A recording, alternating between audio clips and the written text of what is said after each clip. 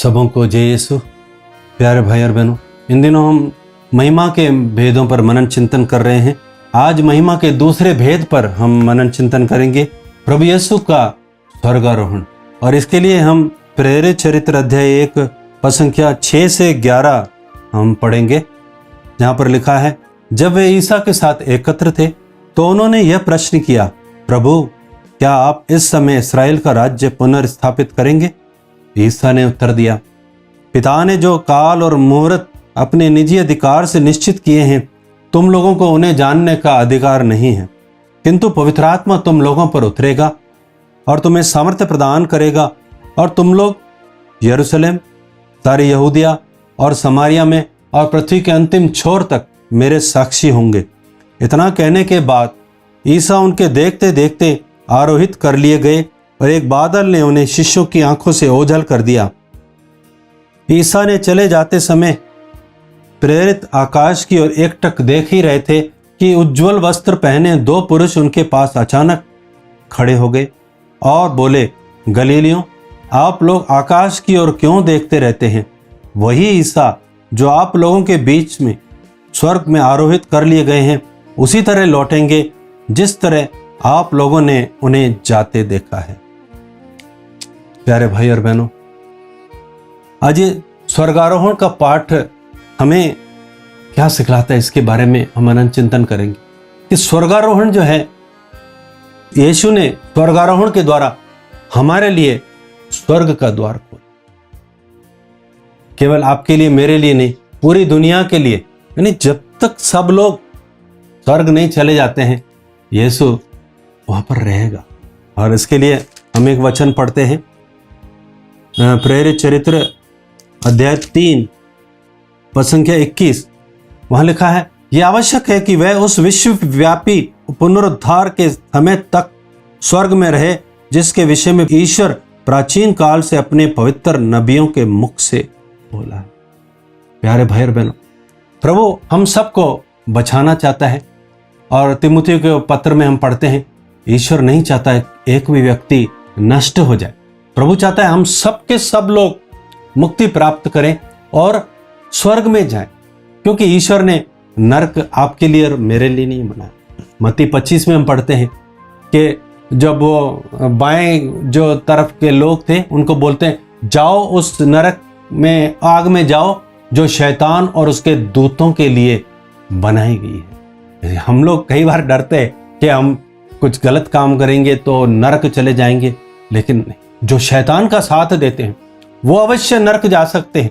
लेकिन अगर आप यीशु को विश्वास करते हैं, आपके लिए नरक में कोई जगह नहीं है, आपकी और मेरी जगह है स्वर्ग में। और जब तक स्वर्ग में हम पहुंचेंगे नहीं, प्यारे भाई और बहनों, यीशु को चैन नहीं आएगा, क्योंकि यीशु ने आपको और मुझे अपने लहू देकर के खरीदा है। और खरीदी हुई चीज को जब तक वो अपना नहीं लेंगे, जब तक उसको पजेस नहीं कर लेंगे, तब तक वो चैन से नहीं बैठेंगे।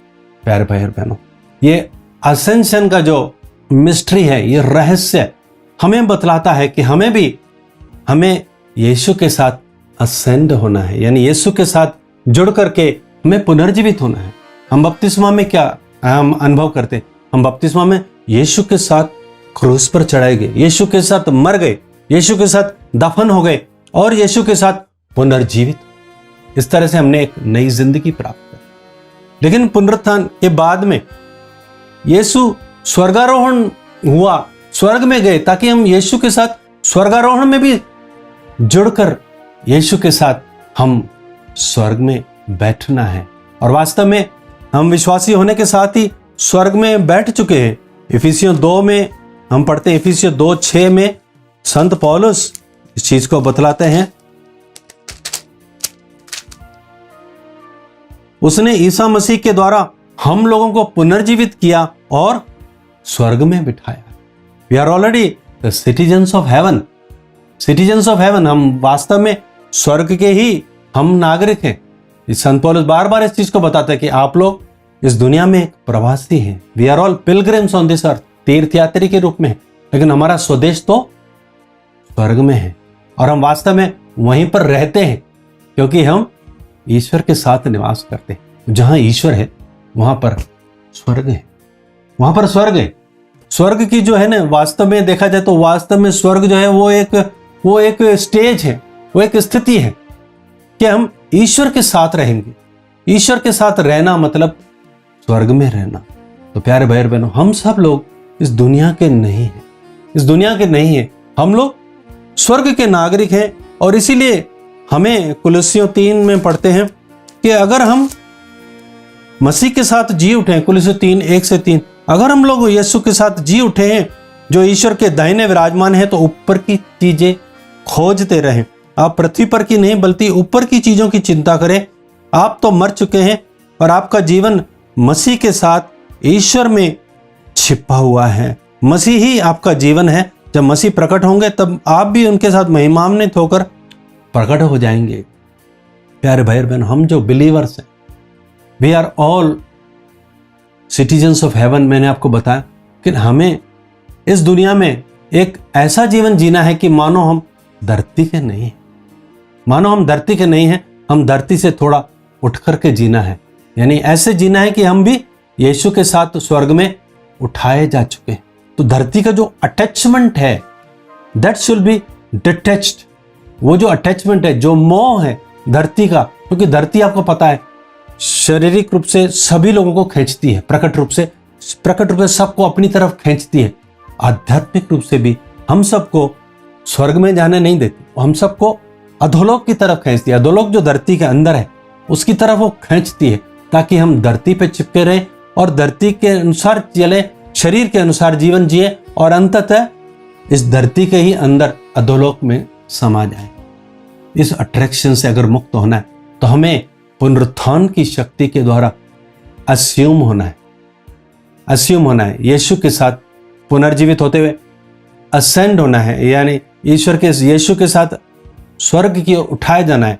तब हम, जब हमारा जो नजर ऊपर रहेगी, तब हम सोचेंगे हमारा जीवन यहाँ नहीं है, यहाँ सब हम लोग पिलग्रिम्स हैं।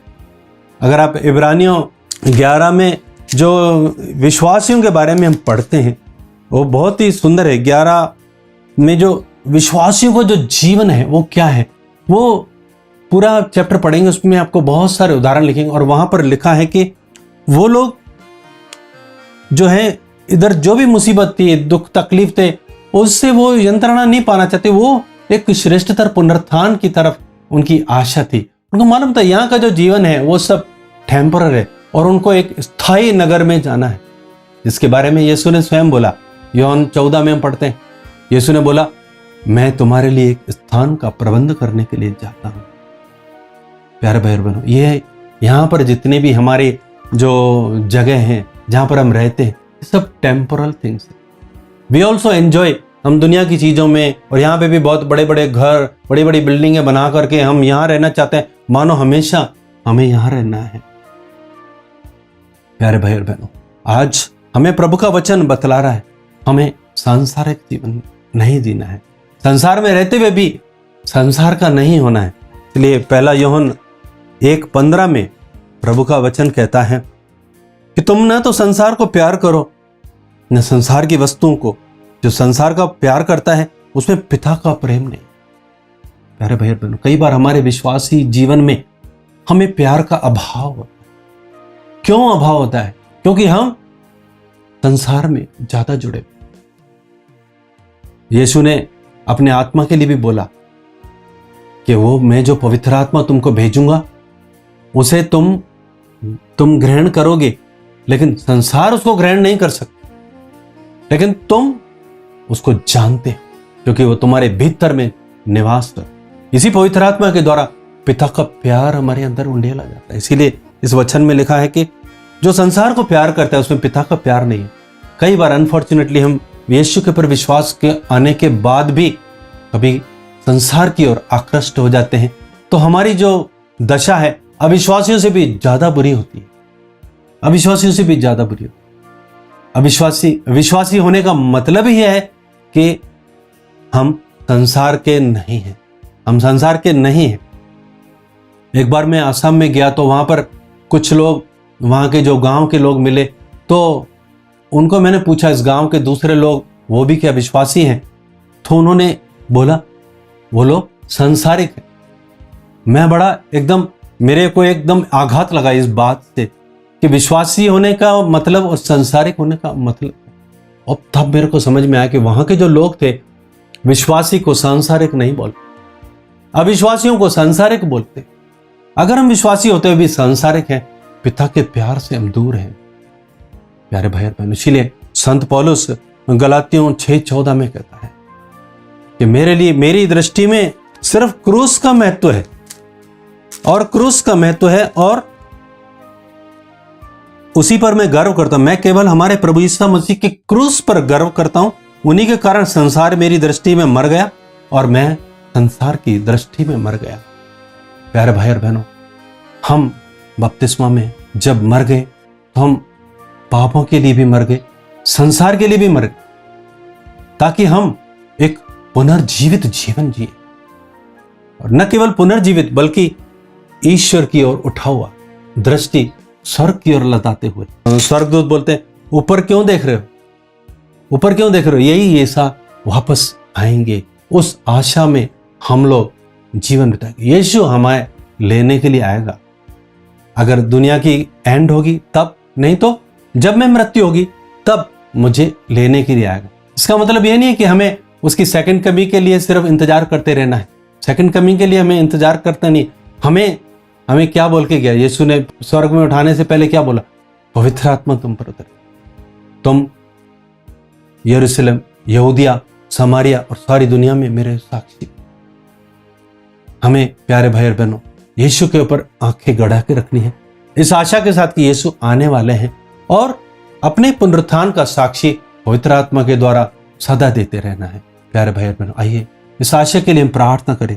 आज ये इस वेद पर मनन करते हुए प्रभु इस वेद की कृपा हमें दे, ताकि हम भी स्वर्ग में आरोहित जीवन जिए, हम भी यीशु के साथ मानो आरोहित हो जाएं और पिता के दाहिने विराजमान होकर हम भी यीशु के साथ प्रार्थना में संलग्न हो जाएं और इस दुनिया में अपना मन न लगाएं, बल्कि सिर्फ और सिर्फ ऊपर की चीजों पर हम मन लगाएं।